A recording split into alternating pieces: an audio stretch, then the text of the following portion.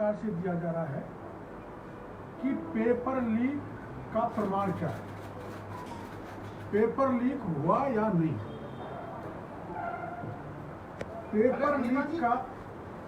Paper leak का सबसे बड़ा सबूत है परीक्षा से 1.5 घंटे पहले व्हाट्सएप पर आ जाना जो आपने उसको छापा, और पेपर के साथ आंसर शीट का बाहर आ जाना। दूसरा है पेपर लीक करने वाले गिरोह ने एक दिन पहले 5 बड़े लोगों ने, जो 5 बड़ा लोगों का गिरोह है, उनके 30 गुर्गों ने ये कह दिया था 25 सितंबर 2021 को कि परीक्षा से 1 घंटे पहले पेपर लीक होंगे। वो पेपर लीक हो गया। तीसरा, रीट परीक्षा कराने वाली एजेंसी माध्यमिक शिक्षा बोर्ड है अजमेर, इसके गोपनीय शाखा के अलावा आंसर शीट बाहर नहीं आ सकती। आंसर शीट बाहर आई है ना, तो इसकी गोपनीय शाखा के अलावा आंसर शीट बाहर नहीं आ सकती। और कोई संस्था और कोई एजेंसी या कोई परीक्षा केंद्र के पास आंसर शीट पहुंच ही नहीं सकती बिना बोर्ड के इन्वॉल्वमेंट। इससे साबित होता है कि माध्यमिक शिक्षा बोर्ड की गोपनीय शाखा ने पेपर लीक्स के साथ साथ आंसर शीट विभिन्न परीक्षा केंद्रों पर भिजवाई। पेपर के साथ आंसर शीट कभी नहीं जाती। एग्जाम हो जाने के बाद एग्जामर को दी जाती है, पहले नहीं जाती, परीक्षा केंद्र पर नहीं जाती, और वो बोर्ड से भेजी जाती है एग्जाम होने के बाद एग्जामिनर के पास। बिना बोर्ड की मिली भगत के आंसर शीट कैसे गंगापुर में पहुंच गई? तो पेपर लीक हुआ। मंत्री जी बार बार कह रहे पेपर कैसे लीक हुआ, पेपर ही लीक नहीं हुआ, आंसर शीट पहुंच गई जैसे अखबार में छपा। फिर एक कागज इसमें है मेरे पास, हिंडौन सिटी के एक सेंटर पर परीक्षार्थियों ने OMR की शीट खुली होने की शिकायत करी, जो मीडिया पर भी चला है, सोशल मीडिया पर भी चला है, जिसकी शिकायत परीक्षा केंद्र के अधीक्षक को की गई। उसने रिसीप्ट दी है, और रिसीप्ट देने के बाद वो रिसीप्ट माध्यमिक शिक्षा बोर्ड के अध्यक्ष को भेजी गई है। छात्रों की शिकायत, पेपर शीट खुली होने की, पेपर की सील खुली होने की लिखित में शिकायत है, जो वेरीफाई है वहाँ के परीक्षा अधीक्षक के द्वारा। तीसरी बात, रीट से 2 दिन पहले कंटेनर पलटा। अब ये कंटेनर पलटा, ड्राइवर की मौत हुई, गाड़ी को मारा, क्या हुआ इसकी कोई जानकारी जनता के सामने नहीं दी गई।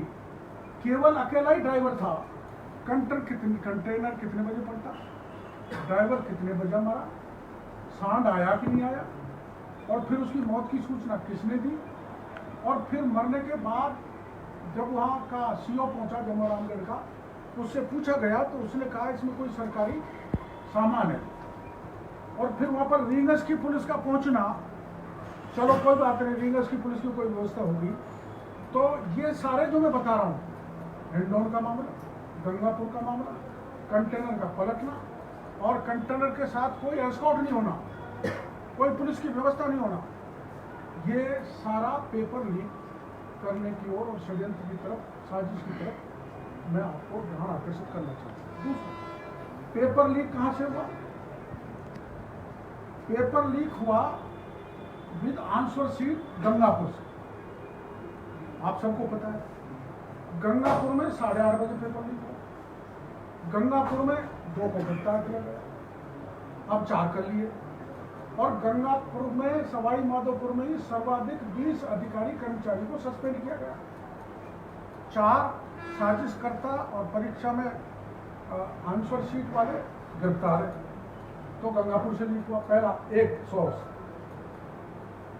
दूसरा, गंगापुर से जब ये हुआ तो एसओजी ने बत्तीलाल मीणा की लिप्तता मानी।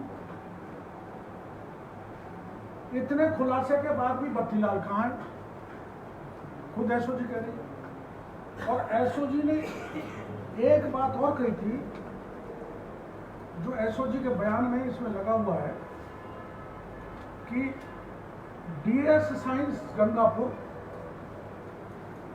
आपकी जानकारी होगा, डीएस साइंस गंगापुर में जहाँ सेंटर था ये इसमें लिखते हैं। तो वो बयान है, मैं आपको दे दूंगा, इसमें लगे हुए हैं। डीएस साइंस को आज तक एसओजी ने जांच नहीं की, आज तक नहीं उससे पूछा। ये पहला बयान है एसओजी का जो मैं आपको दूंगा पत्रकार वार्ता में। अब यहाँ दो चीजें हैं, एक तो ये है, एक तो अजमेर से लीक पेपर जाता है गंगापुर, जयपुर से जाता है गंगापुर, अजमेर से जयपुर, जयपुर से जाता है लक्ष्मणगढ़, जहां माननीय डोटासरा जी का विधानसभा क्षेत्र, वो कैसे जाता है? ये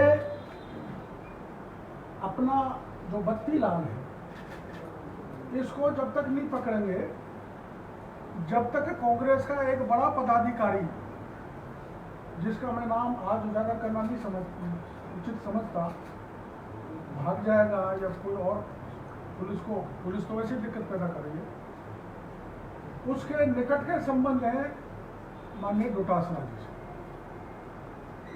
और अगर ये बत्तीलाल गिरफ्तार होता है तो वो उसका नाम बताएगा तो लक्ष्मणगढ़ में जाके निशाना बैठेगा पेपर लीक का। तो सीताराम गिरफ्तार होगा जब ये बात खोलेगी। लेकिन डीएस साइंस एकेडमी, जिसका संचालक श्रीमान उमेश शर्मा है, वो बोर्ड की रीट परीक्षा करने वाली गोपनीय शाखा के प्रमुख जीके माथुर का खास है। जीके माथुर की कहानी मैं आपको आगे बताऊंगा। सब यहीं से गया, पूरा राजस्थान में तो पेपर गया, और उसकी मिली भगत के कारण पेपर लीक हुआ। जीके माथुर और ये डीएस साइंस के उमेश शर्मा के द्वारा, और आंसर शीट भी वहीं से आई है। इसका मतलब पूरा जो बोर्ड का सिस्टम है, जो बोर्ड है, वो इनसे मिला हुआ था, डीएस साइंस से, दूसरे सेंटर से। अभी डीएस साइंस का मैं करेक्ट बताना चाहता हूँ, थोड़ा आपको 5-10 मिनट ज़्यादा दूंगा। इसने गंगापुर के शारोली में ज्ञानदीप स्कूल खोली, उस ज्ञानदीप स्कूल को ट्रांसफर करवा लिया गंगापुर में। उसकी मान्यता नहीं थी उस स्कूल की, उसकी शिकायत हुई। शिकायत सेक्रेटरी एजुकेशन ने कराई, वेंकटेश्वर ने, और पाया गया कि इसकी मान्यता नहीं है। तो सेक्रेटरी एजुकेशन आदेश देता है कि इसकी मान्यता रद्द कर दी जाए। और इस मैं जो संस्थान बता रहा हूँ, इसकी स्कूल शारोली में भी चल रही है और गंगापुर में भी चल रही है।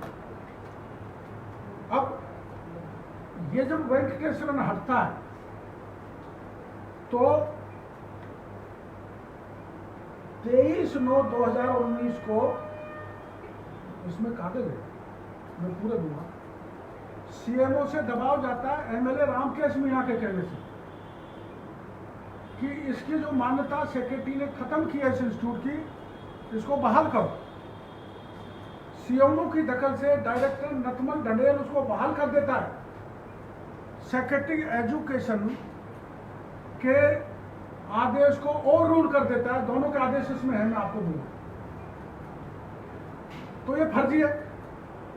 सरकार का निर्णय है कि ये